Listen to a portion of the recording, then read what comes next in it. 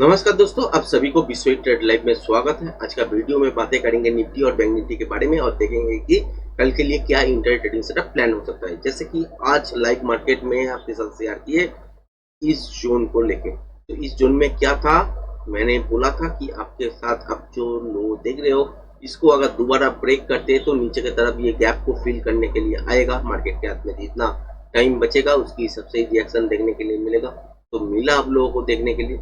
अगर नहीं ब्रेक करता तो इस लेवल को ऊपर मूव करता, तो इसके बाद अगर मूव करते हैं तो इस जोन को मैंने आपके साथ लाइव मार्केट में भी दिखाया कि 25,379 80 इसके आसपास जा सकते थे। और बैंक निफ्टी अगर देखे तो पैटर्न के हिसाब से, अवाली चार्ट के हिसाब से इस जोन के आसपास ही पहला हम लोगों का जो मूव था वो हो चुका था। ये जो मूव आज के दिन मॉर्निंग में गैप अप देखने के लिए मिला और ऊपर गिर गया, तो इस मूव को एक्सटेंशन में चलने के लिए मैंने आपके साथ बोला था कि एक्सटेंशन में चल रहा है। यहाँ से आवरली चार्ट के हिसाब से नीचे की तरफ मूवमेंट हो सकता है, जो कि कल भी मॉर्निंग में शायद कंटिन्यूएशन रह सकते हैं। अगर मॉर्निंग में देखते हैं कि गैप अप खोला मगर 25,278 इसको क्रॉस नहीं कर पाया, जब आपके साथ खोला इसके बीच में हो सकता है कि 25,150 हो, 120 हो, इसके आसपास गैप अप खोला, उसके बाद सस्टेन नहीं कर पाया तो नीचे सीधा इसको टारगेट करेगा, जो कि है आपका 25,000। और इस लेवल को ब्रेक करने के बाद एक मोमेंटम देखने के लिए मिलेगा, जो कि आपको मोमेंटम के साथ ही ट्रेड को में बैठना है और जब तक मोमेंटम रहेगा उसके हिसाब से ट्रेडिंग सेटअप बनाना है।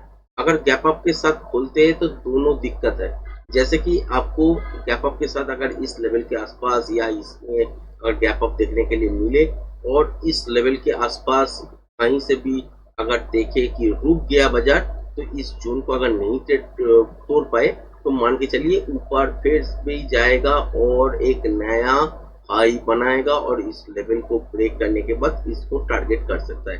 ठीक है, अगर मान लीजिए कि गैप आपके साथ खुलने के बाद देखते हैं कि इस लेवल को ब्रेक किया, तो मान के चलिए एक पुल बैक लेने के बाद दोबारा नीचे की तरफ आएगा और उस टाइम भी आपको ट्रेडिंग सेटअप पैटर्न के हिसाब से करना पड़ेगा। अगर देख रहे हैं कि कंटिन्यूएशन पैटर्न बन रहा है तो मान के चलिए इस जोन को टारगेट करने के लिए आ रहा है, जो कि है आपका 24,820 से लेके 24,730, इसके बीच में कहीं से भी आ सकते हैं। तो ये 100 पॉइंट के आसपास 80-90 पॉइंट का एक मूव है, जो कि इस जोन के अंदर आ सकते हैं। तो मोमेंटम के हिसाब से इसमें ट्रेडिंग सेटअप बिठाना पड़ेगा। अगर देखते हैं कि गैप डाउन के साथ खोलते हैं अगर गैप डाउन के साथ इस लेवल के पार करने के बाद खोलते हैं इस लेवल के आसपास या इससे ऊपर थोड़ा खुलते हैं, तो मान के चलिए यहाँ से क्या हो सकता है कि ऊपर की तरफ एक बाउंस देखने के लिए मिल सकता है। अगर बाउंस के बाद अगर देखते हैं कि सस्टेन नहीं होता है तो दोबारा इस लेवल को तोड़ेगा, जो कि है 25,000। तोड़ने के बाद एक मोमेंटम ट्रेडिंग सेटअप नीचे की तरफ आ सकते हैं, जो कि टारगेट बनेगा 24,820 से लेके 24,730 इसके बीच में। अगर यही पॉसिबल है, गैप अप के साथ खोल सकते हैं, उसके बाद नीचे की तरफ आ सकती है इस लेवल को तोड़ने के बाद, ये पॉसिबिलिटीज है। और अगर देखते हैं कि गैप अप के साथ खोला मगर इस लेवल को ब्रेक नहीं कर पाया तो रिवर्सल पैटर्न बन जाएगा और ऊपर की तरफ आपको 25,270 280 इसको पहला मूव देखने के लिए मिलेगा। यहाँ पे भी अगर मोमेंटम है तो 380 तक जा सकते हैं ऊपर की तरफ।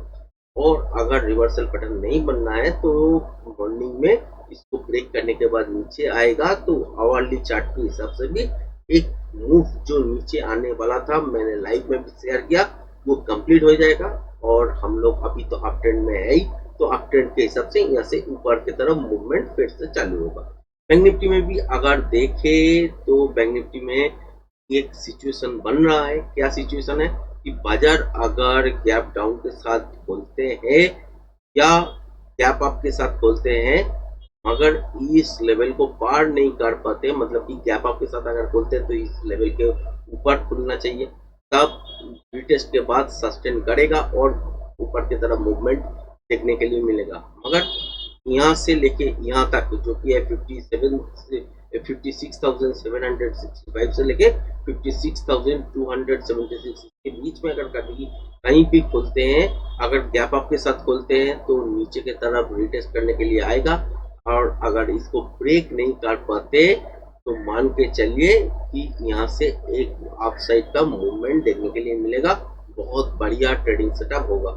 अगर मान के चलिए कि गैप डाउन के साथ बाजार खोलते हैं मगर इस लेवल को ब्रेक नहीं कर पाते तो फिर भी यहाँ से ऊपर की तरफ मूवमेंट देखने के लिए मिलेगा। अगर देखते हैं कि गैप डाउन के साथ खुल गया, मान के चलिए कि गैप अप के साथ भी हो सकता है, गैप डाउन के साथ भी हो सकता है, और गैप डाउन के साथ खुल गया और इस लेवल को ब्रेक कर दिया, मान के चलिए कि यहाँ पे गैप डाउन के साथ खोला और इसको ब्रेक कर दिया, तो यहाँ से एक बाउंस जरूर ले सकते हैं। बाउंस के बाद अगर सस्टेन नहीं होता है तो दोबारा ब्रेक करेगा 56,276 80 को, तो उस टाइम आपको ट्रेडिंग करने का मौका जरूर सेल साइड में देखने के लिए मिलेगा।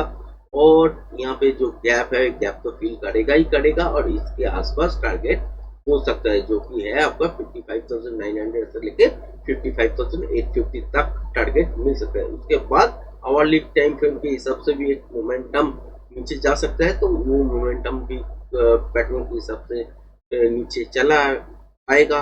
तो उसके बाद अगर डेली फ्रेम के हिसाब से देखें तो हम लोग पॉजिटिव साइड में बैठा हुआ है, तो यहाँ से अप साइड का एक ट्रेंडिंग मूव आ सकते हैं। कल के दिन क्या हो सकता है, एक बोथ साइड टाइप का मूवमेंट हो सकता है। अगर गैप अप के साथ खोले तो इस लेवल को अगर ब्रेक नहीं कर पाए तो नीचे की तरफ आएगा, और इस स्विंग लो अगर ब्रेक नहीं करते हैं तो मान के चलिए यहाँ से बहुत बढ़िया मूवमेंट अप साइड की तरफ देखने के लिए मिलेगा। अगर गैप डाउन के साथ खोलते हैं, उसके बाद चेस करते हैं, दोबारा इसको तोड़ते हैं, तो एक सेलिंग प्रेशर तो बनेगा नीचे की तरफ, और इस जोन को टारगेट जरूर करेगा जो कि है आपका 55,900 से 850, यहाँ से जरूर टारगेट करेगा। उसके बाद क्या करेगा, उसके बाद रिवर्सल बटन अगर बनाते हैं तो वापस यहाँ से आपको ऊपर की तरफ देखने के लिए मिलेगा।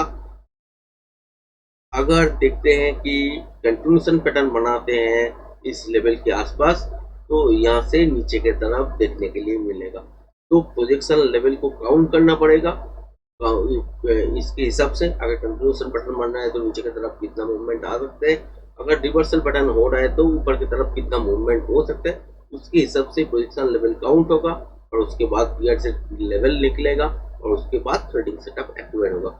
नॉइज अगर आ जाते हैं तो वहाँ पे ट्रेडिंग करना नहीं है। ऑप्शन बायर्स के लिए थीटा का इफेक्ट रहेगा, तो वहाँ पे ट्रेडिंग सेटअप एक्टिव नहीं करना है। जिसको स्पिन पॉइंट स्कैल्पिंग करना आता है तो वो ट्राई कर सकते हैं छोटा मोटा क्वांटिटी के साथ। अगर जिसको स्पिन पॉइंट स्कैल्पिंग करना नहीं आता है तो वो अवॉइड करे उस सिचुएशन को। अगर आज के तरह अगर जैसे कि आप देख रहे हो कि नॉइज यहाँ पे दिख रहा है, मगर पूरा मूव अगर देखे तो ज्यादा नॉइज नहीं आया था, तो आप साइड में भी ट्रेड करने के लिए मिला, पहले सेकंड ट्रेड आपका सेल साइड में भी मिला, तो उसके बाद लाइव मार्केट में शेयर कर रहे थे उसके बाद भी मिला।